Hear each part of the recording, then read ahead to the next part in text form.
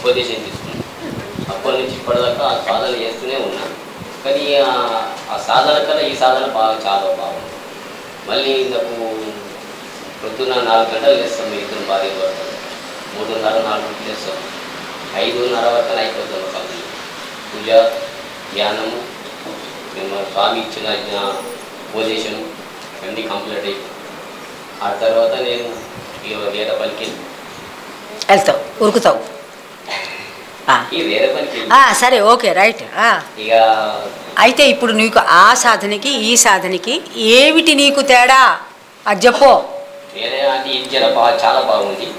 చాలా బాగుందంటే ఇదేదో తినటానికి రుచి అన్నట్టుగా కాదు, ఇది తినే అన్నం లడ్డు కాదు, ఇది కదా లడ్డా లడ్డే.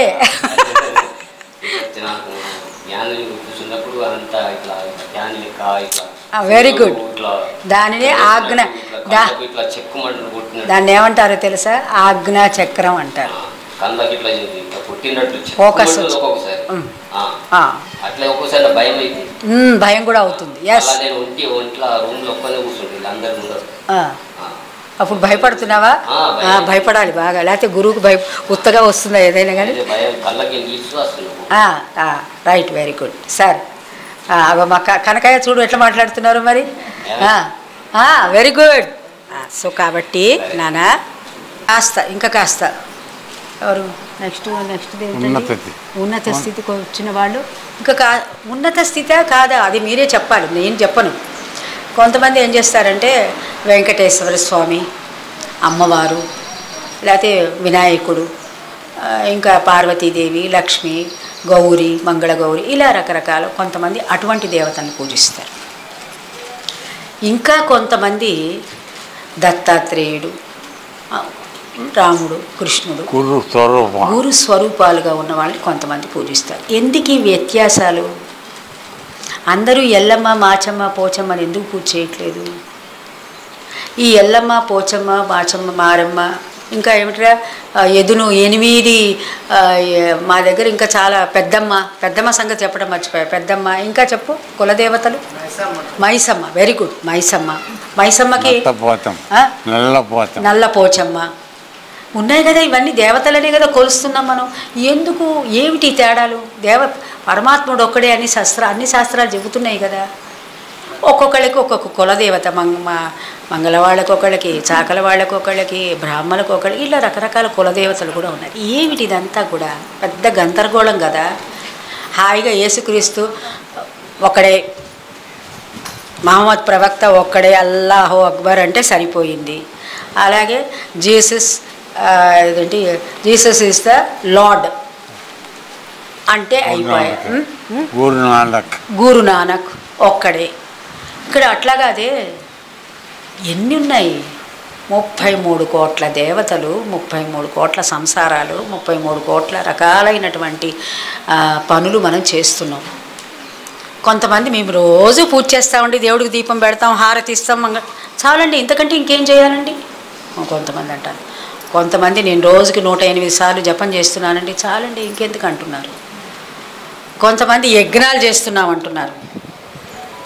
ఇవన్నీ ఏమిటి, ఎక్కడికి వెళుతున్నాయి, ఏం చేస్తున్నాము? ఇప్పుడు మళ్ళీ మొదటి నుంచి వద్దాం. ఎల్లమ్మ, పోచమ్మ, ఇవన్నీ ఇలాంటి దుర్గమ్మ ఇవన్నీ ఉన్నాయి కదా. మరి వాళ్ళు దేవతలే కదా. కానీ జనరల్గా మీరు చూడండి, సామాన్యంగా అటువంటి దేవతలకి మాంసాహారం భక్షణ కింద ఇస్తారు, మాంసభక్షణ కింద ఇస్తారు. వినాయకుడు, తర్వాత కుమారస్వామి, శివుడు, పార్వతి, అక్కడికి వచ్చి ఇప్పుడు రామాలయం ఉంది కదా, ఇక్కడ రామాలయం ఉందా? ఇందులో మరి గొర్రెని కోస్తారా మీరు? ఎందుకు కొయ్యరు? ఏమండి, ఎందుకు కొయ్యరండి? అమ్మ మీరు ఇక్కడే ఉంటున్నారు కదా, ఎందుకు కొయ్యకూడదు ఇక్కడ?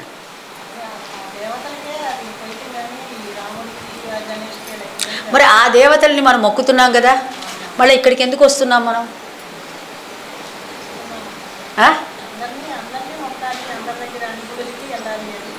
అక్కడ కొయ్యటం కొయ్యాలి, ఇక్కడ మానేయటం అక్కడ కొయ్యటం కూడా కొయ్యాలన్నమాట. అంటే అసలు ఊరికే మనం మామూలుగా మేధస్సుతోటి ఆలోచించాలి. మనం ప్రతిదీ కూడా మేధస్సుతో ఆలోచించాలి. ఇవన్నీ కూడా మనిషి యొక్క స్థాయిని బట్టి నిర్ణయింపబడ్డాయి. నీవు తమోగుణ సంపన్నురాలివిగా, తమోగుణం అంటే ప్రతి మనిషికి పరమాత్ముడు చెప్పాడు 3 గుణాలు ఉంటాయి. ఒకటి సత్వగుణం, రజోగుణం, తమోగుణం. తమోగుణం కలిగిన వాళ్ళు ఎటువంటి ఆహారం తీసుకుంటారు, రజోగుణం కలిగిన వాళ్ళు ఎటువంటి ఆహారం తీసుకుంటారు, సత్వగుణం కలిగిన వాళ్ళు ఎటువంటి ఆహారం తీసుకుంటారు. ఈ ఈ ఈ ఈ అలవాట్లు ఉన్న వాళ్ళలో ఎవరు భగవంతుడి దగ్గర, నిజమైన పరమాత్ముడి దగ్గర తొందరగా వెళ్ళగలరు అని చెప్పి భగవద్గీతలో చెప్తారు. అందులో ఏం చెప్తారంటే తమో గుణం ఉన్నవాళ్ళు జనరల్గా ఎక్కువగా మాంసాహారం తీసుకుంటారు. ఎందుకని?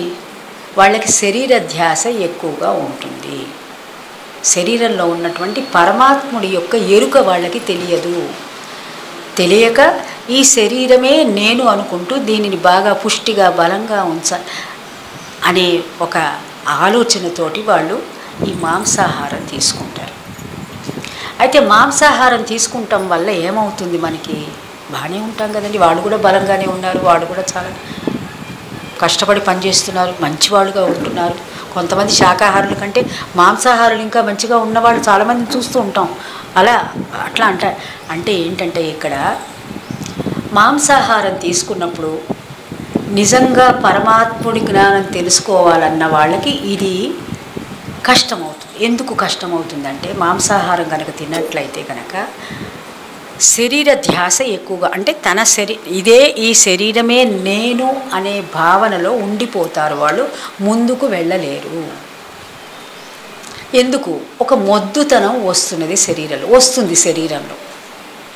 అందుకని ఎవరైతే నిజంగా పరమాత్ముని ఆధ్యాత్మిక మార్గంగా తెలుసుకోవాలని అనుకుంటారో వారికి మాంసాహారం మొట్టమొదటి క్వాలిఫికేషన్ మాంసాహారం వద్దంటారు. తమోగుణం ఎక్కువగా భక్షణ చేయటం వల్లే తమోగుణం ఏమవుతుంది? నిద్ర, లేజినెస్ అంటారు, బద్ధకం, దప్పున ఇంకొకరితోటి తప్పుడు మాటలు మాట్లాడటం, కొట్టటం. మీరు ప్రపంచంలో చూడండి, టెర్రరిస్టులు, మర్డరర్స్, మానభంగాలు చేసేవాళ్ళు, వీళ్ళెవ్వరైనా కానీ శాకాహారులు ఉన్నారేమో ఒక్కళ్ళ పేరు చెప్పండి, ఒక్కళ్ళు చాలు. హాస్పిటల్స్ ఉన్నాయి, హాస్పిటల్స్లో నిండా ఎక్కువగా మాంసాహారులు ఉంటున్నారా, శాకాహారులు ఉంటున్నారా? చూడండి, మీరే చూడండి. దానికి ఒక ఎవరికి వాళ్ళు బేరీజ్ వేసుకోండి. ఇది మాంసాహారులు అంటే ఇది తక్కువ ఎక్కువ నేను చెప్పను. అంటే ఆరోగ్య దృష్ట్యా, ఆలోచన దృష్ట్యా, ఆలోచన అంటే ఎవరు చేస్తున్నారు? ఈ మర్డర్స్ అందరూ కూడా మానభంగాలు ఎవరు చేస్తున్నారు? ఎటువంటి ఆహారం తినేవాళ్ళు చేస్తున్నారు. ఇప్పుడు పహల్గాంలో టెర్రరిస్టులు ఉన్నారు, వాళ్ళు ఎటువంటి బతుకుతున్నారు? ఒక బ్రతికు ఉన్నటువంటి ఒక పరమాత్మతో కూడి ఉన్నటువంటి మనిషిని నువ్వు ఒక దీంతో కాలుస్తున్నావంటే వాడిలో ఎంత జంతు గుణం లేకపోతే అలా కాలుస్తున్నాడు వాడి ఆహార విహారాలు ఆలోచించండి. వాళ్ళు ఎటువంటి ఆహారం తింటున్నారు ఎక్కడ చూడండి. శాకాహారులు ఎవరు ఇలా చేయగలరు? ఎక్కడా చూడవు. శాకాహారు టెర్రరిస్ట్ అయిన వాడు ఎవడైనా చూస్తావా నువ్వు? చూడవు. అలాగే హాస్పిటల్స్లో నిండా కూడా మాంసాహారులు ఎక్కువ ఉంటారు. శాకాహారులు కూడా జబ్బు పడతారు కాదని నేను, వాళ్ళకి జబ్బులు వస్తాయి, వాళ్ళకి రోగాలు వస్తాయి. అయితే ఎక్కువ శాతము శరీరము తొందరగా క్షీణ స్వభావం కలగటానికని ఈ మాంసాహారులకి ఎక్కువగా అవకాశం ఉంటుంది. సో కాబట్టి మన జ్ఞానులు పెద్దలు ఏం చెప్పారంటే, నీవు మాంసభక్షణ ఎప్పుడు చెయ్యాలి? నీవు శరీరంతో కాయ కష్టం చేసి, అంటే అదొరకు పొలం దున్నేవాడు, అలాగే బావులు తవ్వేవాళ్ళు, ఇలా డ్రిల్లు బోరువెలతోటి బావులు వేసేవాళ్ళు, బావులు తవ్వేవాళ్ళు, చెరువులు తవ్వేవాళ్ళు. అటువంటి వాళ్ళకి మాత్రమే కొద్ది కాలం పాటు మాంసాహారం, క్షత్రియులకి మాంసాహారం తినాలన్నారు. క్షత్రియులు దేశాన్ని రక్షించాలి, వాళ్ళకి బలం కావాలి, ధైర్యం కావాలి, రక్తం చూస్తే పడిపోకూడదు. అటువంటి వాళ్ళని మాంసాహారం తినాలి. మనం ఇప్పుడు ఏం చేస్తున్నాం? అన్ని స్విచ్లు వేస్తే మన దగ్గర అన్ని సౌకర్యాలే, ఈ సౌకర్యాలన్నీ పెట్టుకుంటూ ఏ విధమైనటువంటి కష్ట జీవితం చేయకుండా అదరకు పొలం దున్నేవాడు. ఆడ మగ నాట్లు వేయటం ఎంత కష్టమండి. ఇప్పుడు ఎవడు నాట్లు వేస్తున్నారు? వంగి నాట్లు వేయగలిగిన పరిస్థితి ఎవరికి లేదు. ఇప్పుడు మా విలేజ్లో చూస్తాం కదా, రోజు రోజుకి నాట్లు వేసేవాళ్ళు తగ్గిపోతున్నారు. సో ఆ విధంగా నువ్వు కాయకష్టం చేయటానికి సంసిద్ధులు. బావి తవ్వాలి, చెరువు తవ్వాలి, భూమిని గట్టిగా ఉన్న భూమిని తవ్వినప్పుడు అప్పుడు నువ్వు కొద్ది గొప్ప మాంసాహారం తీసుకోమని చెప్పాను. అది కూడా ఏం చెప్పానంటే, మాంసాహారము జంతువులు ఏ విధంగా నువ్వు ఇట్లా కత్తులతోటిను అదేంటి కటార్లతోటి కోసి తినమని ఎవరు చెప్పల.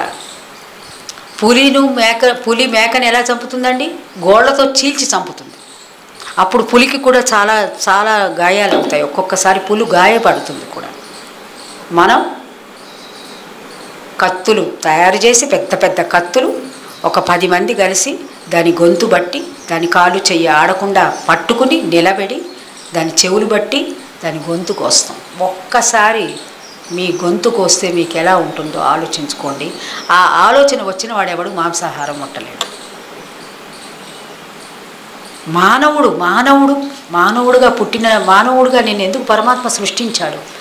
నువ్వు మానవత్వం నుంచి ఫస్ట్ మనిషిగా జీవించు, జంతువులాగా జీవించకు, జంతువులాగా తినకు.